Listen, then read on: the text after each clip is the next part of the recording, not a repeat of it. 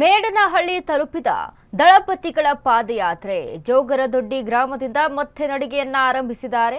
ಮಳೆಯಲ್ಲೂ ಕೂಡ ಮುಂದುವರೆದಂತ ದಳಪತಿಗಳ ಕಾಲ್ನಡಿಗೆ. ಇದೀಗ ಜೆಡಿಎಸ್ ಪಾದಯಾತ್ರೆಯನ್ನ ಆರಂಭಿಸಿದೆ. ಮೇಡನಹಳ್ಳಿಯನ್ನ ತಲುಪಿದೆ. ಸದ್ಯ ಜೋಗರದೊಡ್ಡಿ ಗ್ರಾಮದಿಂದ ಮತ್ತೆ ನಡಿಗೆಯನ್ನ ಆರಂಭಿಸಿದ್ದಾರೆ. ಮಳೆಯಲ್ಲೂ ಕೂಡ ಮುಂದುವರೆದಿದೆ ದಳಪತಿಗಳ ಕಾಲ್ನಡಿಗೆ. ಈವರೆಗೆ ಒಟ್ಟಾರೆ 5 ಕಿಲೋಮೀಟರ್ ವರೆಗೂ ಕೂಡ ಸಾಗಿದಂತ ಪಾದಯಾತ್ರೆ. ಬಿಡದಿಯತ್ತ ಸಾಗಿದ ಟೌನ್ಶಿಪ್ ವಿರೋಧದ ನಡಿಗೆ. ರಸ್ತೆಯುದ್ದಕ್ಕೂ ಡಿಕೆ ಸರ್ಕಾರದ ವಿರುದ್ಧ ರಣಘೋಷಗಳು. ನಿಖಿಲ್ ಜೊತೆ ಹೆಜ್ಜೆ ಹಾಕುತ್ತಿರುವ ಸಾವಿರಾರು ರೈತರು. ನಿಖಿಲ್ ಕುಮಾರಸ್ವಾಮಿ ನೇತೃತ್ವದಲ್ಲಿ ಪಾದಯಾತ್ರೆಯನ್ನ ನಡೆಸ್ತಾ ಇದ್ದಾರೆ. ನಮ್ಮ ಭೂಮಿ ನಮ್ಮ ಹಕ್ಕು ಹೆಸರಿನಲ್ಲಿ ಪಾದಯಾತ್ರೆ.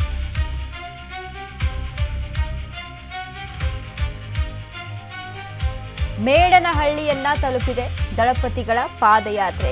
ಬೆಳಗ್ಗೆಯಿಂದ ಕುಮಾರಸ್ವಾಮಿ ಅವರು ಪಾದಯಾತ್ರೆಗೆ ಚಾಲನೆಯನ್ನ ಕೊಟ್ಟರು. ತೆಂಗಿನ ಗಿಡಕ್ಕೆ ನೀರು ಹಾಕೋದ್ರ ಮೂಲಕ, ತೆಂಗಿನ ಸಸಿಗೆ ನೀರು ಹಾಕೋದ್ರ ಮೂಲಕ ಚಾಲನೆಯನ್ನ ಕೊಟ್ಟರು. ನಿಖಿಲ್ ಕುಮಾರಸ್ವಾಮಿ ಅವರ ನೇತೃತ್ವದಲ್ಲಿ ಪಾದಯಾತ್ರೆಯನ್ನ ನಡೆಸಲಾಗ್ತಾ ಇದೆ. ಸದ್ಯ ಇದೀಗ ಮೇಡನಹಳ್ಳಿಯವರೆಗೂ ಕೂಡ ತಲುಪಿದೆ ದಳಪತಿಗಳ ಪಾದಯಾತ್ರೆ. ಬಿಡದಿವರೆಗೂ ಕೂಡ ಪಾದಯಾತ್ರೆಯನ್ನ ಈಗ ಸದ್ಯ ಬಿಡದಿಯತ್ತ ಸಾಗ್ತಾ ಇದೆ ಪಾದಯಾತ್ರೆ. ಅಲ್ಲಿಂದ ನಿಖಿಲ್ ಕುಮಾರಸ್ವಾಮಿ ಅಂದ್ರೆ ಮಳೆ ಬಂದ್ರೂ ಕೂಡ ಯಾವುದೂ ಕೂಡ ಜಗ್ಗಲ್ಲ ಬಗ್ಗಲ್ಲ ಅನ್ನೋದೊಂದು ಇದೀಗ ಪಾದಯಾತ್ರೆಯನ್ನ ಹಾಗೆ ಮುಂದುವರಿಸಿದ್ದಾರೆ. ಕಾಲ್ನಡಿಗೆಯಲ್ಲಿ ಮುಂದಾಗಿರುವಂತದ್ದು. ಜೆಡಿಎಸ್ ಬಾವುಟವನ್ನ ಹಿಡಿದು, ಬಿಜೆಪಿಯ ಬಾವುಟವನ್ನ ಹಿಡಿದು,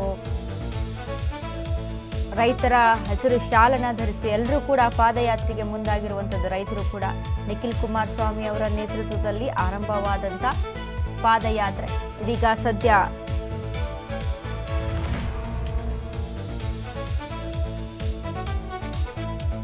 ಬಿಡದಿಯವರೆಗೆ ಪಾದಯಾತ್ರೆಯನ್ನ ಕೈಗೊಂಡಿದ್ದಾರೆ. ಇನ್ನು ರಸ್ತೆಯ ಉದ್ದಕ್ಕೂ ಡಿಕೆ ಸರ್ಕಾರದ ವಿರುದ್ಧ ರಣಘೋಷಗಳನ್ನ ಕೂಗ್ತಾ, ಡಿಕೆ ಸರ್ಕಾರದ ವಿರುದ್ಧ ಘೋಷಣೆಗಳನ್ನ ಹಾಕ್ತಾ ಕಾಲ್ನಡಿಗೆಯಲ್ಲಿ ಮುಂದಾಗಿರುವಂಥದ್ದು.